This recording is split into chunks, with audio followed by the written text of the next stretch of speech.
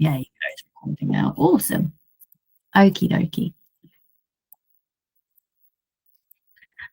So today's session, as Delia kindly mentioned, is Gamify Your English Lessons. We're going to be talking about the what, the why, and the how of gamification. So everything about gamification. So the what is going to be the first bit. Then we're going to talk about the why, then the how. The what of gamification is, what is it? How does it work? And really importantly, how is it different to just playing games? Because there's a difference between games and gamification. So we're going to talk about that. Then we're going to talk about the why. Why does it work? And really importantly, why should you use it? Why should you care about gamification as a teacher? And then how? How can you use it? What tools can you use to implement it in the classroom and begin gamification in the classroom? Usually when I give a session, I like to make a mix of practical suggestions and tips and theory and ideas and evidence-based research. The way that this presentation is structured, it's going to be a lot of the theory and the ideas at first, and then the second half of the presentation will have more of the tips and the ideas and the tools that you can use in the classroom tomorrow. If that's the thing you're looking for, hang on, it's going to be in the second half. So try not to get bored by the first half too much. I promise I'll try not to be boring. So first step in this journey of gamification is defining what gamification is. Some academics define it as the internal application of game elements to non-game contexts with the intention of creating playful experiences or gameful interaction. Others define it as a process of transforming any activity, system, service, product, or organizational structure into one that gives positive experiences, similar to those afforded by games, and is often referred to as a gameful experience. So two slightly different but similar definitions there, right? So at its essence, it's the application of game elements, things you'd find in computer games, into other contexts. At its root, it applies the mechanics of gaming, so the kind of elements that make up a computer game, and using those activities to change people's behavior.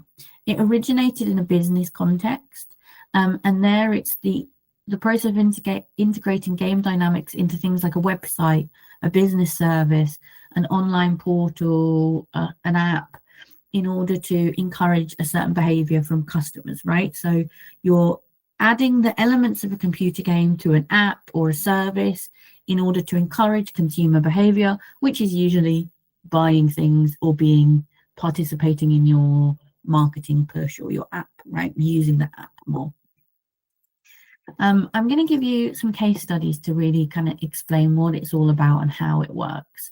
So the first examples are of gamification in business. So Salesforce, if you've heard of Salesforce before, they're a really big organization. They own a couple of different products, but their original one was Salesforce, which is a content management system for salespeople, right? So to manage their sales system.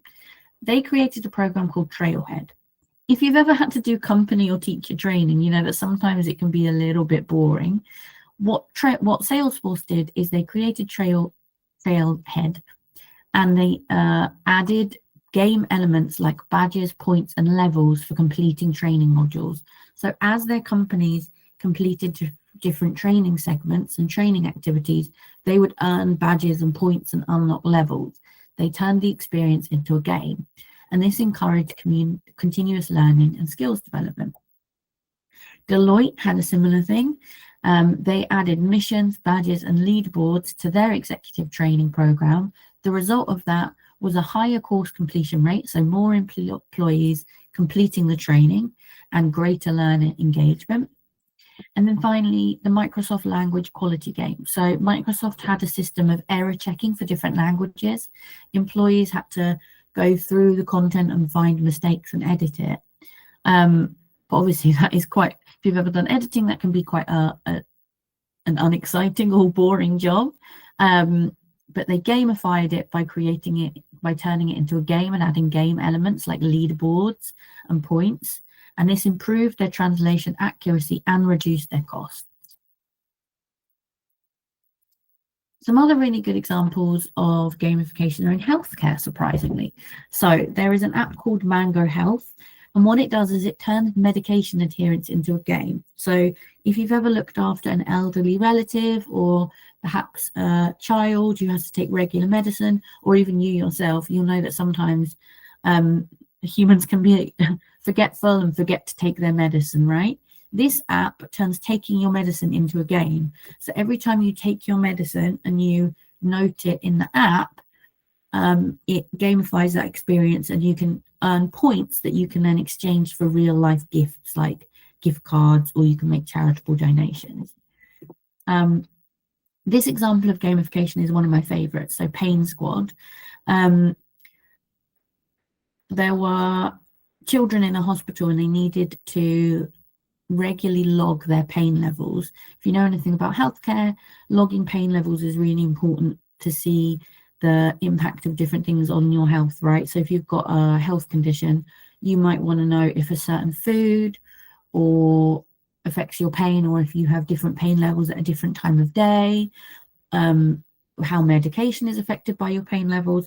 But this can be quite a boring and stressful experience, right? No one really wants to talk and think about their pain more than they have to, especially children. So in order to encourage children to log their pain, this hospital in Canada created an app or a website that called Pain Squad. And when the children logged their pain levels, they were completing different missions and games, and it allowed them to earn points, etc. And it also meant that doctors could easily collect that data around pain levels and make that experience more fun and less intimidating for children, which is fantastic. And then you may have seen apps like Sweatcoin or Cashwalk app, where you can earn points and you can earn different rewards for the steps you walk every day. So it's incentivizing you to walk more through gamification techniques. And lastly, marketing. You might have seen gamification most often in marketing. So for example, a long time ago, this is a very early example, M&M's ran an I Spy pretzel campaign, where instead of just looking at the ad, users had to engage in the ad and find the pretzel in the image. They had to find an image. So this encouraged people to play the game, to get involved, rather than just looking at the ad, and that resulted in really high engagement and shares on that ad, which is fantastic. You may have seen, if you're into exercise, you'll have probably used Nike Run or Strava, and without knowing it, without you realizing, they've gamified the exercise experience, right? If you cycle or run, you'll know that when you hit a segment on Strava, you can then share that with other people, and other people are then incentivized to go and steal your segment. When you've completed like a certain number of hours of running or cycling or exercising, or when you have a streak, you can earn different badges for participating, and that is gamifying the exercise experience. So even if you don't feel super motivated to go for a run, you do feel motivated to knock your friend off the leaderboard, and then it encourages you to keep using the app. And then lastly, very common rewards programs like the Starbucks rewards program that uses tiered points, challenges, and bonus rewards to encourage repeat purchases and to continue to make you continue to come back to that app and use it. So there's some really helpful examples, but what we're all interested in today as teachers is gamification in education. So a lot of teachers have begun to copy these techniques that companies use and introduce gamified elements into the classroom. It refers to the application of game design elements, so the elements that make up a game, in teaching with the goal of increasing student motivation. And to contribute to more successful achievement and learning outcomes. So by applying game-based dynamics or mechanisms like points, badges, narrative into your traditional learning context, it allows you to influence student behaviors or attitudes, and the goal generally is to increase motivation, boost engagement, and improve learning outcomes. So today I'm going to be talking about gamification used to motivate and engage learners in order to get them to learn more, basically.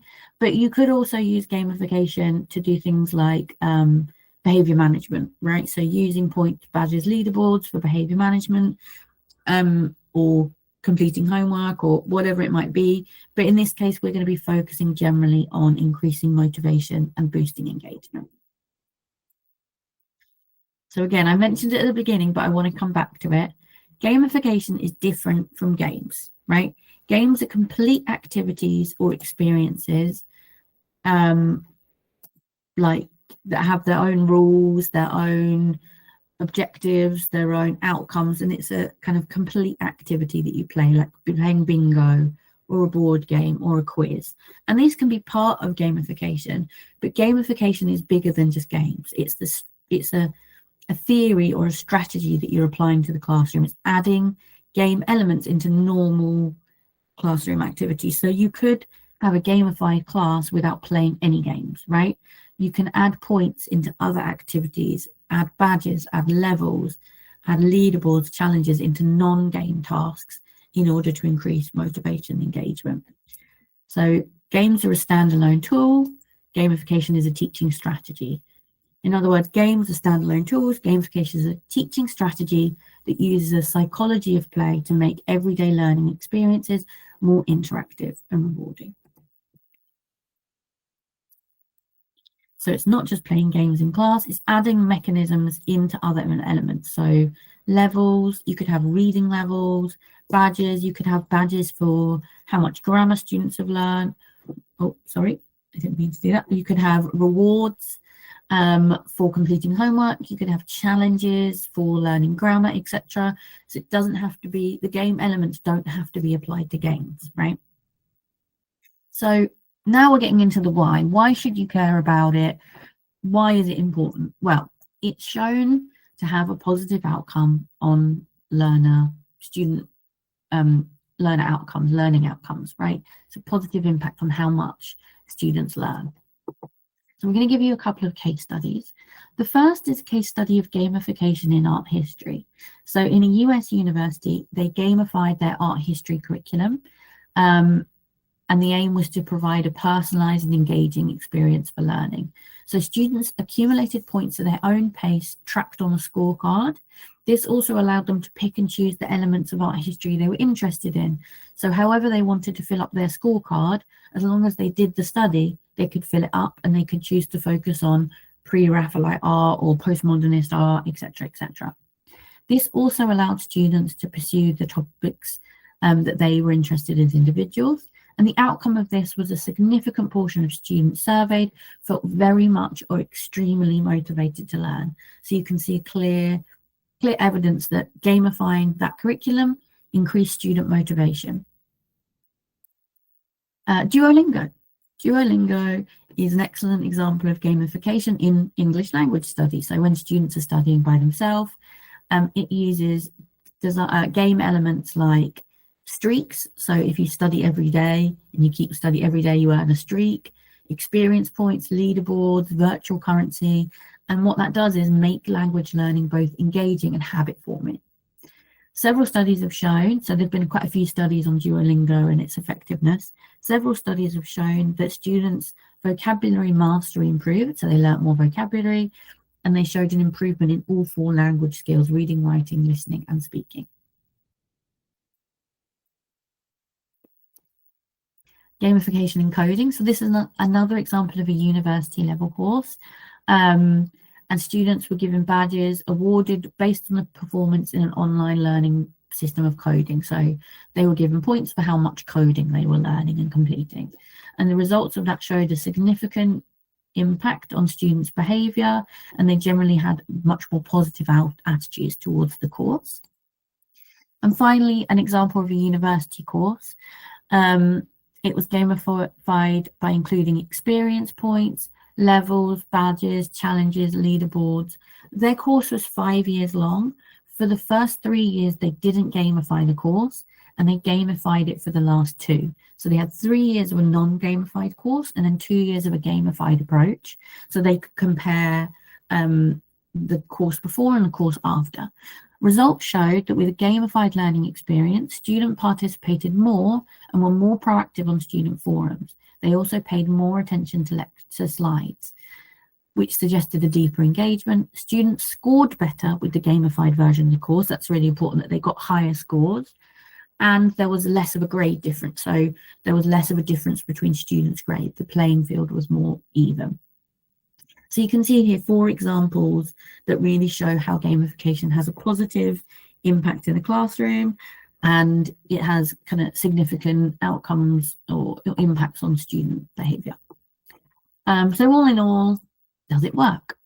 To date, studies have showed that gamification and game-based learning contributes to academic achievement and can increase students' intrinsic motivation to learn, their student engagement and learning outcomes, visualize the learning process, and provide students with freedom to fail. If you've come along to one of my other recent sessions for Level Up Your English classes, you'll know that student fear and being afraid of speaking English does have a significant impact on their ability to learn and their ability to use English confidently. And we've already talked in that session about creating a fun and stress-free learning environment is really important, and gamification does that. It's scientifically shown to have that effect. Scientific evidence shows that learning a new language is more successful and effective across games than a non-game environment. In summary, a review of the literature suggests that learning a language with gamification method can be related to content language learning, motivation, engagement, self-directed learning, confidence, satisfaction, competence, self-efficacy, autonomy, peer interaction, and scaffolding. So that's what we want to see, right? We want to see a positive impact on these things, and gamification has been shown to do that. Perfect. And here is a quick example. On this side, you can see all of the different gamification techniques. So rewards, feedback, points, badges, leaderboards, levels. And on the other side, you can see the impact on learning. So you can see a lot of these tools have a positive impact on different aspects of learning, right?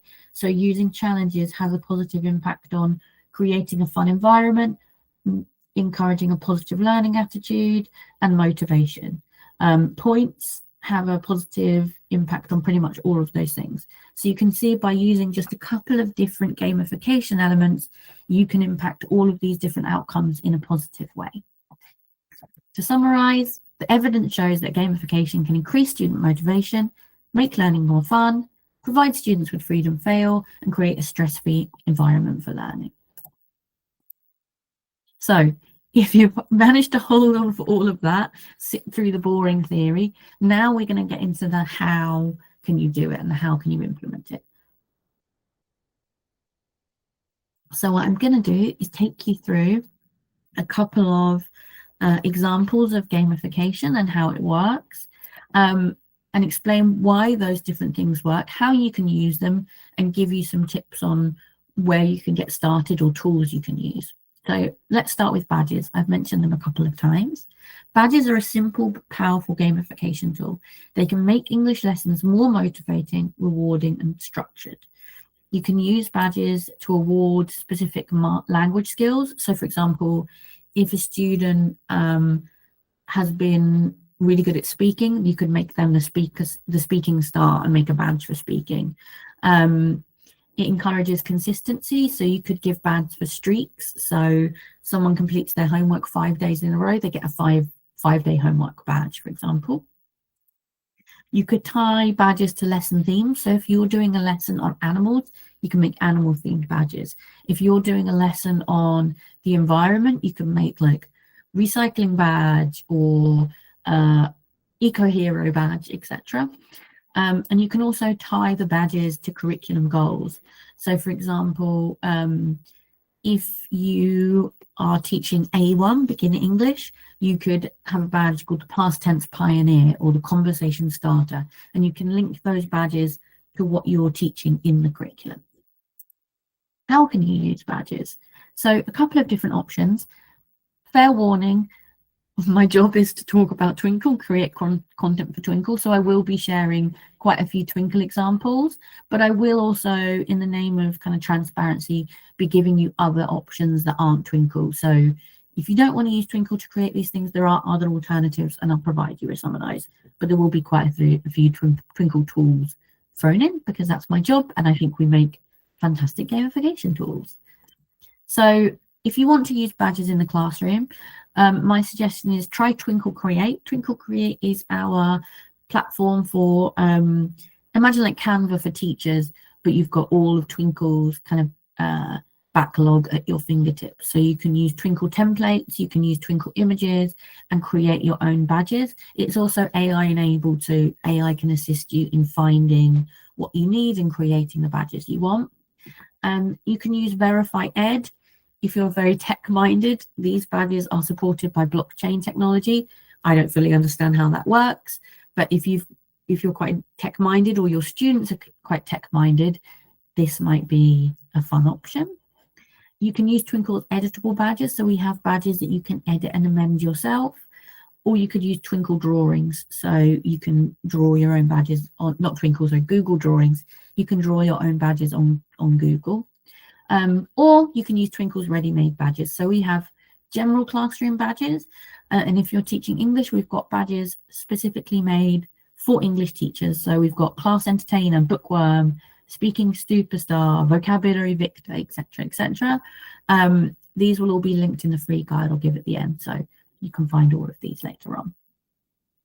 Another really positive gamification tool is using rewards. So again, taking from video games, adding rewards into the learning. So they're a great motivator for English lessons because they celebrate effort and achievement, and they keep your students engaged. You could use experience points. So students can accumulate points for participating in tasks, learning new vocabulary, and they can use them to level up. Unlockables. So you could say that by completing different challenges, completing tasks in your classroom, like completing an activity booklet, completing a worksheet, they can unlock bonus activities. So if you complete X number of worksheets, you get a special game that you couldn't play unless you did it, or you get a dance party or an outside class lesson. You can also use privileges. So if you complete X number, like a booklet, you then get to choose the game for the next day, or you get to name the teams for the next day, or you get to lead the group activity, etc. And then you could have tangible physical rewards like prizes, stickers, stamps, certificates. I'm sure you already use these in the classroom, and they work especially well with your young students. If you want to use rewards, like I said, you can create your own. You could have free rewards like dance parties or outdoor lessons. You could try snacks, easy, simple way. Class pets. If you came to my last sessions, you'll know that there's an American trend for having little tiny class pets on your desk, or voucher systems. And again, Twinkle has a lot of solutions ready-made for you. So we have Twinkle Money that students could earn in exchange for gifts in the classroom.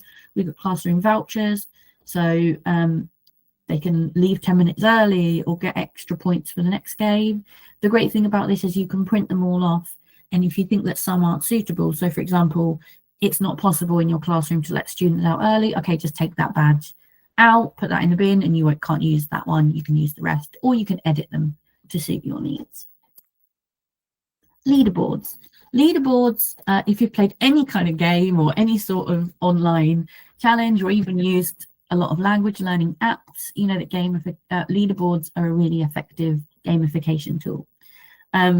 Basically, it's a visual representation of kind of who is on top or who's ahead. I would say with leaderboards to always be mindful about your students and their attitudes.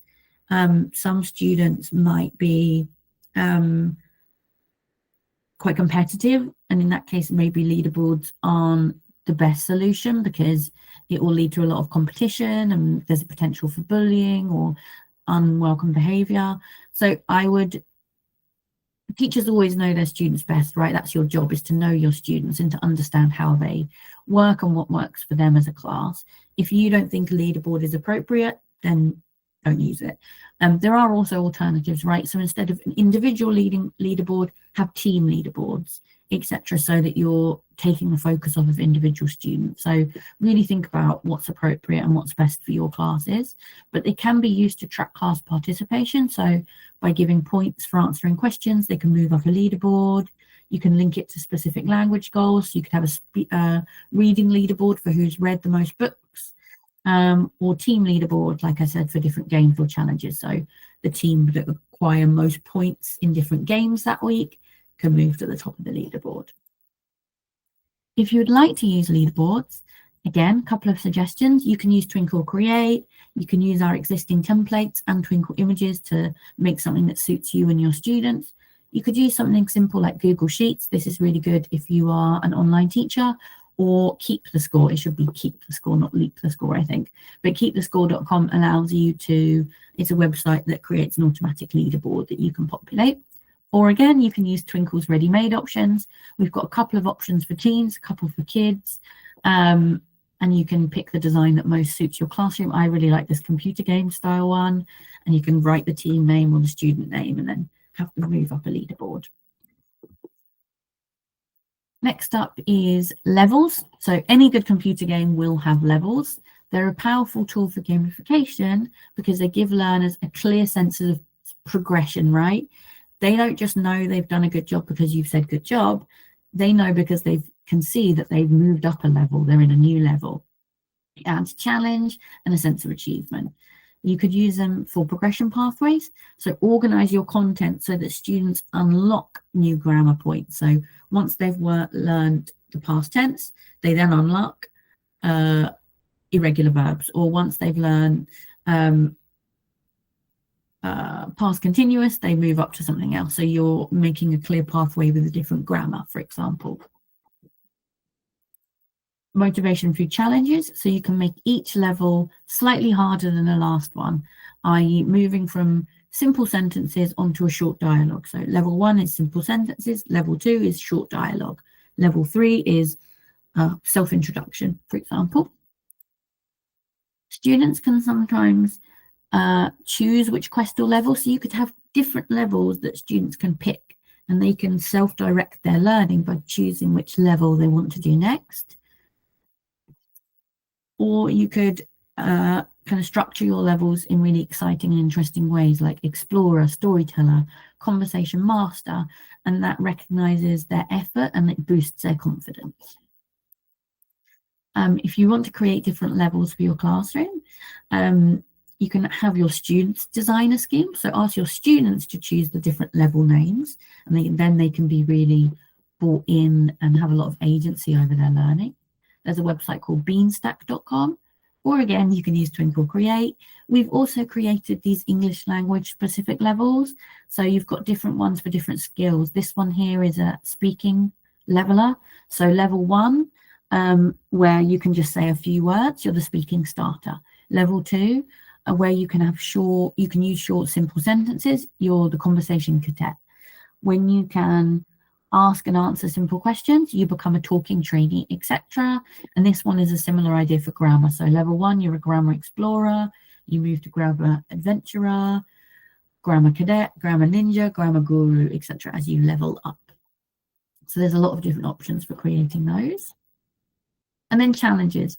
Challenges are fantastic because they really make learning an exciting and motivating experience, right? Instead of just learning something, you're embarking on a challenge. So that could be, for example, a summer reading challenge. I know when I was young, my library has had a summer reading challenge where we had to read a certain number of books and log them in a stamp book in order to collect rewards. I think I read more books that summer than any other year of my life because I was so excited to complete the reading challenge. You could have long-term projects that students complete. You could give them classroom jobs and roles. You can see an example in this corner is a fantastic teacher called Berna in Turkey who uses these. You can have themed lessons. So we've got a couple here. This is a real-life themed mystery lesson that Berna created. And then you've also got here some mystery crime games from Twinkle that you can use to create a learning challenge.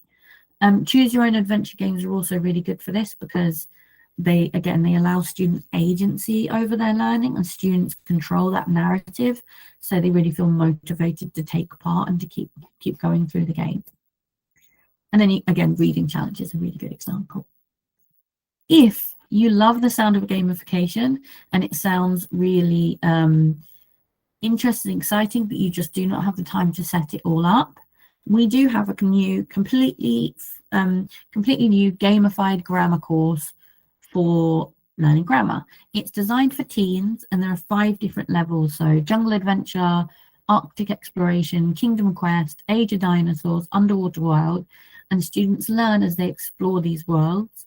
There's games throughout, but they also earn points, earn rewards, and they move up the leaderboards as they earn those points. So the whole learning structure is gamified. You don't need to think about it or add anything else to make that happen. Each course comes with a free teacher guide, so you know exactly how to go through the course, exactly what order to do things in. And then grammar covered is superlatives and comparatives, first conditional, verbs of perception, simple, past simple and past continuous, and phrasal verbs. So it's A2 to B1 grammar. As you can see, it's taking some of the trickier and slightly more boring grammar points and trying to make them more exciting. That was our intention, is to take something that can be a little bit demotivating and dull and make it more exciting and make it motivating for students. Each world has different levels. There's a core lesson and then extra games and activities that are both printable, interactive. So it's kind of a complete solution to learning A2, B1 grammar, completely gamified. At the moment, it is just for teens, but we will be working on a kids version, especially if we get a lot of positive feedback from teachers or a lot of requests from teachers. So if you do love this course, but you would prefer a kids version or a lower level of grammar, please do let us know, because that gives us more incentive to make it for you. Yeah, and here are your main characters. This is Drifter and his companion Wanda, and they will follow students through all of the games, just like you would in a computer game. So giving you a lot of information, a lot of links, a lot of suggestions, a lot of ideas. Everything I've mentioned here today is included in this free guide. So the what and the why, all of the theory is in there, the case studies, but also all of the links and all of the resources I mentioned are linked within this guide that's free. You can either use the QR code, or I will share the link with you now in chat.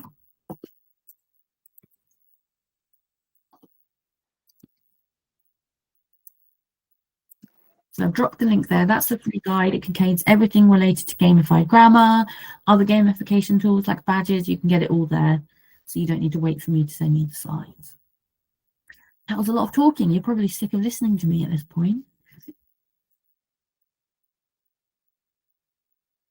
Do we have any questions? Exactly. Thank you very much, Sam. I was going to ask the same. If someone has questions, well, there was one in the chat about gamification. Well, I understand that it's difficult to understand that games are different from gamification, right? So Yeah. it must have a really, really real purpose and objective in the class to be applied. Okay. Yeah, someone said it's used with teens or high school students. It could be, yeah. I think a lot of the research is around teens and higher levels and university students, just because I think it's easier to do research in those environments than to come into a school of young kids and do research. Harder to get those permissions. But I think if you've ever used anything like badges or rewards, you'll know that this has a really positive impact on young learners, and it does have positive impact. There is research to show that it does impact younger students. So you do I think it is useful. I think there's just less research around it, but I think it is useful for younger students. Someone asked which type of gamification would be more appropriate for a mixed group. I have a group with an age gap from 13 to 72. That is incredible. That is probably the biggest age range of students I've ever heard of. 13 to 72. Wow, that must be a really fun class. I can't imagine the conversations that happen. So in this case, I would say probably levels might be a bit tricky, because you're going to find it hard to find something that applies to everyone. I would say badges, because you can personalize them more to different students and what works for them. And also potentially different challenges, because what you can do is you can pair up different students of different age range. So you could have your 13-year-old with your 72-year-old. I would imagine they'd make a really fun team for completing like a mystery game or an activity, because they would both have totally different perspectives on it. And then they can work together to solve problems. So that might be a really nice example. I would probably just avoid maybe the things like levels or leaderboards, because it might be hard to have them all moving up the same level, I guess. But I think individual badges would be good. Which games are recommended for multi-grade classes? I think similar. I think similar to the previous question, levels might not work because your students might be at different levels or different places, but badges that can be individualized might be your best option. Or again, challenges that they have to complete as a group, like a mystery lesson to complete in teams or as a group, so that you can pair up students of different ages and different abilities to work together, might be a good option. I think the nice thing about gamification is technically you could take these things and apply them to anything in your classroom, right? Like you can take badges and apply them to anything. You can add a leaderboard to pretty much anything, but it's about what your students and what you know they respond to and what would work for them. Thank you for the information. A1 gamification for kids would be great. In the case of teens, it would be interesting, something like Apocalypse or Robots or something, so they can engage more. Yeah, the worlds for the current gamification course for teens are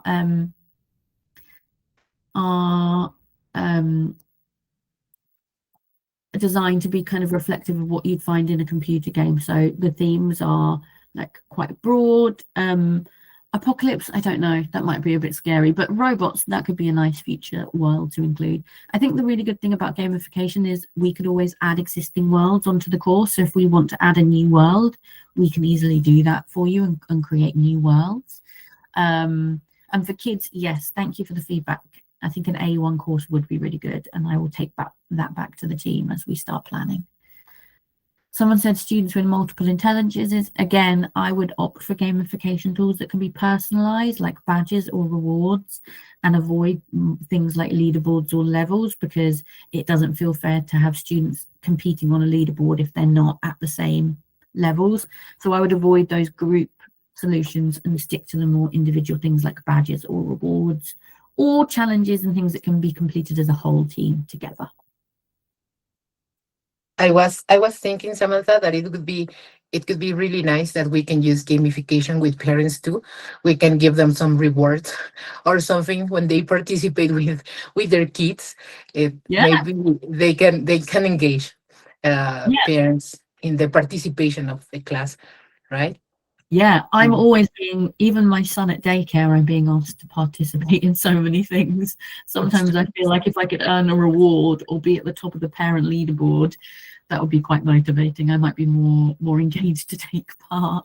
Yes, it could be nice because they can participate. They can, we can apply a strategy that can work for parents, and then we can give points maybe to students if their parents participate. So they are going to be how their participation is reflected in the students' participation in class, right? Yeah. So maybe we can implement something like that. And I was thinking about the questions about multiply intelligences, and when you have different types of students, something that I liked to work with my classes, with my groups, was the escape rooms. And in Twinkle we have so many escape rooms with different topics.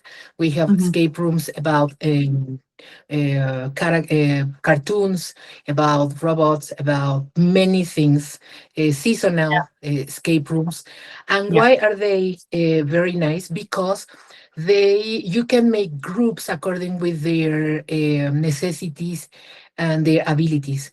So what they can do, and the idea is if you make groups with those students, they can share, they can help each other even if they don't have the same level, they are going to be able to help the others, and the others are going to be able to learn from the ones who know how to speak or answer.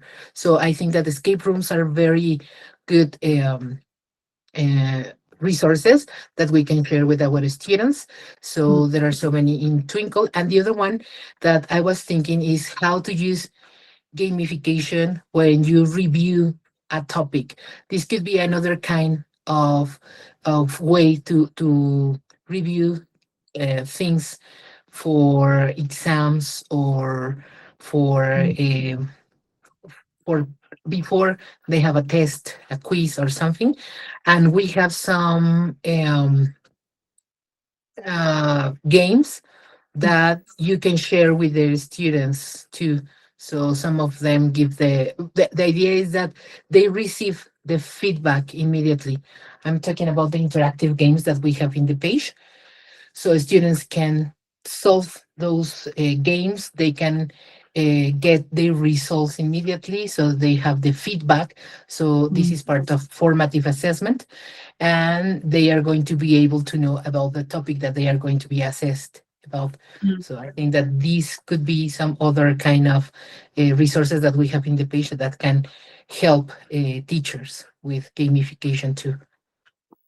Yeah, I agree. I agree. Games are really good because they can give your students immediate reward and feedback on how they've done, but you can also group them how you want. So you could play a lot of these games, you could play one on one, or you can create teams, or you can complete it as a whole class. So it really does suit, depending on the levels or the level of competitiveness in your students. You can really kind of use them to suit your needs. People saying they really like escape room games. Good. They are some of my favorite Twinkle resources and some of my favorite to create. I've just seen this one is a completely new one, The Secret Boss. Mhm. Station Earth, who sabotaged the summit. I didn't even know about these and they look awesome. Yeah, I really love the ones from for uh, Christmas because they are Mm, really good. They have a lots of exercises and things, and especially when we are in December, that the students don't want to participate and they are really tired because they are going to have holidays. mm, So we can apply those things because are very interesting and are seasonal. So mm, I really love those, and the ones mm. from Halloween, Yep, Christmas. agreed, agreed. Yeah. Awesome. Are there any other questions?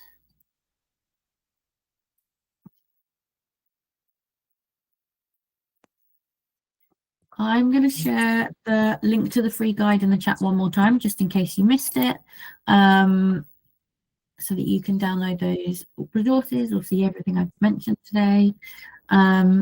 Yeah. Delia, do we have anything else to mention? Yeah, I'm going to share another link. This is for to if they want to get their diploma. Yes. So they have to register there so they can get the diploma. It's going to take some days and they are going to receive 2 or 3 days and they are going to receive the diploma in their email. So